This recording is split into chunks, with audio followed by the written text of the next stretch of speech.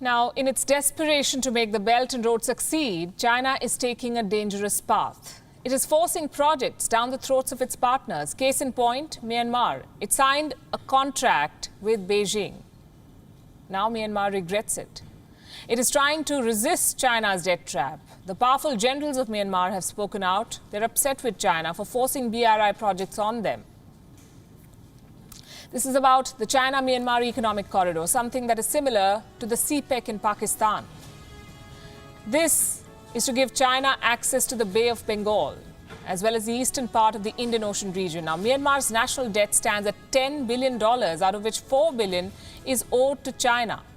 Reports say Myanmar has to pay $500 million every year to China. They don't have that kind of money. To balance the scales, Myanmar has now turned to India. It wants to expedite infrastructure projects with India. India and Myanmar are working on a transit transportation project. It goes through the state of Mizoram in India. The project will open up sea routes and a highway transport system. It will link a seaport in Kolkata to Rakhine and the Chin states in Myanmar. These projects will help Myanmar, but they won't suit China.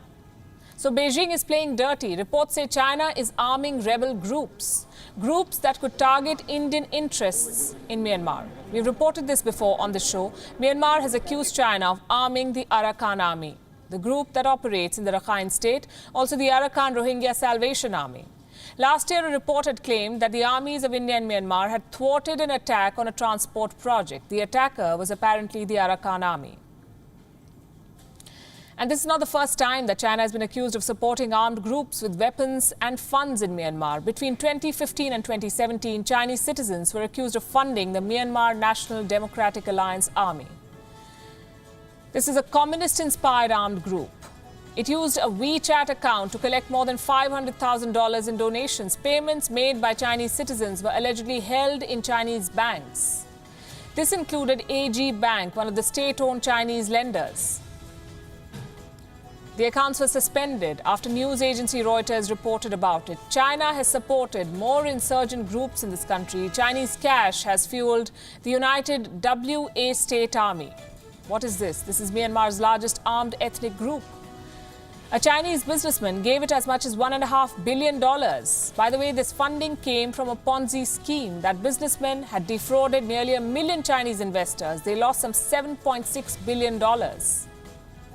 It's very murky business. So it shouldn't come as a surprise that Myanmar is wary of Chinese investments. It is expediting projects backed by India.